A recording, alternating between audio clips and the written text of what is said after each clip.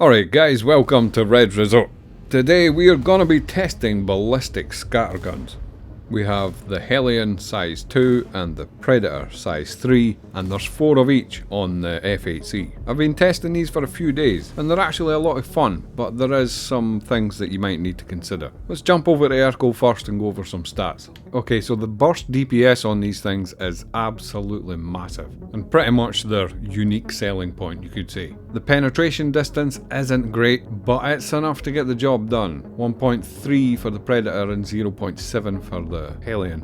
Massive alpha max. Speed doesn't really matter too much because you always have to be up close. Fire rate isn't great. My main problem is that it's not auto, so you have to keep clicking the button to fire again. It's not too bad, but I would just prefer it was automatic. The range says 2000, but that's only if you plan on missing the majority of that. It'd be good for suppression. You're always going to get some shots on, but you're not going to be doing massive damage, especially at 2000 meters. The spread is ridiculously big for obvious reasons. The ammos was never a problem. This will last you ages. The HP is reasonable. I'm noticing today that the Sledge mass driver has went up an absolute ton. These were like, I think it was 500 when I tested them. It's one of their main downsides.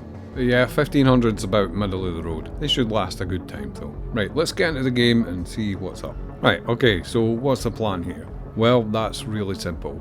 Shotguns on a ship. It's not very complicated. Now, these weren't in the static tests that we done with the Scorpius against the Harbinger. And that was mainly because for those tests the distance had to be fixed. And obviously with scatterguns, distance becomes a very, very important factor. And to be honest, that's the only thing holding these guns back. Up against light fighters, they were excellent. Like 1, maybe 2 shots and the target was just space dust. The only thing I would say is that I think I went into this thinking this would be a spray and pray gun, but that's not the case at all. You having to maintain that certain distance from the enemy ship can be quite a limiting factor, and it can cost you time that with most normal guns you wouldn't have wasted.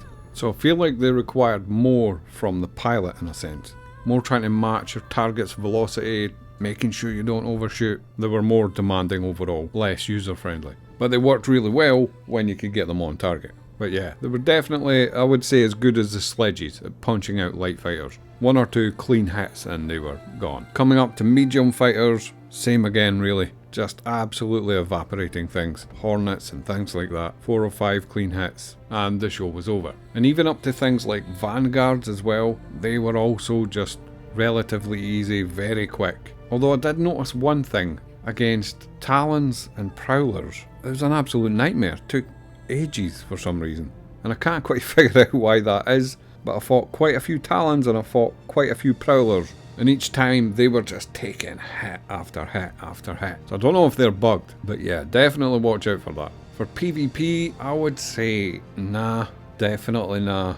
It might seem like a good idea in theory, but as soon as you fire these and your opponent realises that's what you're using, they'll just keep a distance and kill you, I would imagine. That's what I would do anyway. But again, I'm not a PvP guy, so I could be missing something really obvious there. And I never had anybody with me to test this one, so I never really got to try it out. What I will say as well is, in this latest patch, I feel like the NPCs were really, really on point. I know you guys in the live have had these quite switched on NPCs, but I got my ass handed to me quite a few times. Missiles were doing 1-shot kills, and if I ever got into a fight with a ball of fighters, I felt like they were far more aggressive. So that might be something else to keep in mind going into this patch. I felt like I was really having to work for a win, and it wasn't the gun's fault. The guns were fantastic.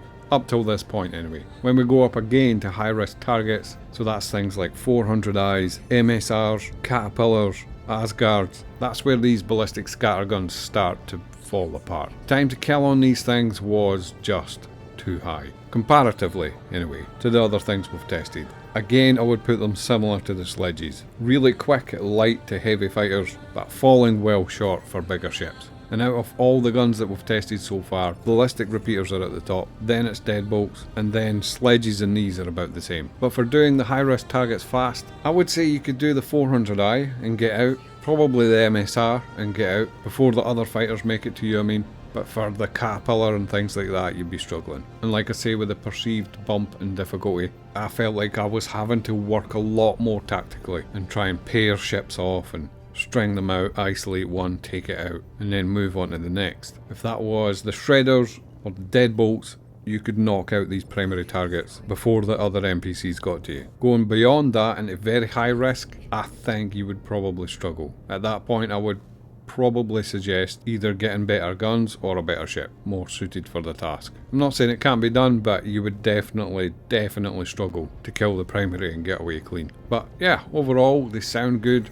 It's a kind of cool effect. It does bring a new way of flying to the table, to be able to use these fully. But in a lot of ways, that's their downfall. You can be quite agile. Because of the spread, you don't really need to worry too much about lining up shots and things like that. But if your primary focus is time to kill, and you need to get that target killed as fast as possible for your own safety mainly, then that additional pressure of keeping the distance between you and that ship is enough to offset any advantage you gain with these weapons. But like I say, great fun up to medium, and high risk is definitely doable.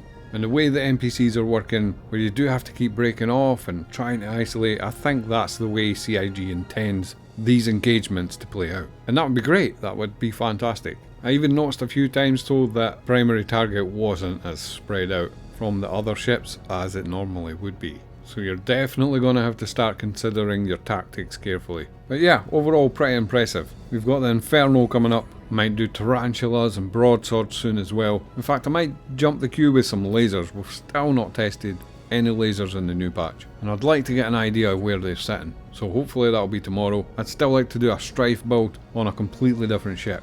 I'm thinking Tana, actually. Strife Tana. Yeah. And then we need to test some mixed size 3 and 4 builds as well.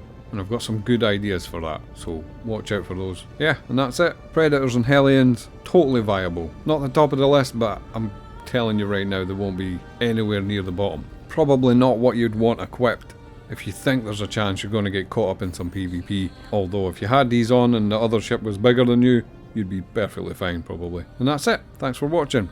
I'll see you again tomorrow. Stay safe out there. 07 guys.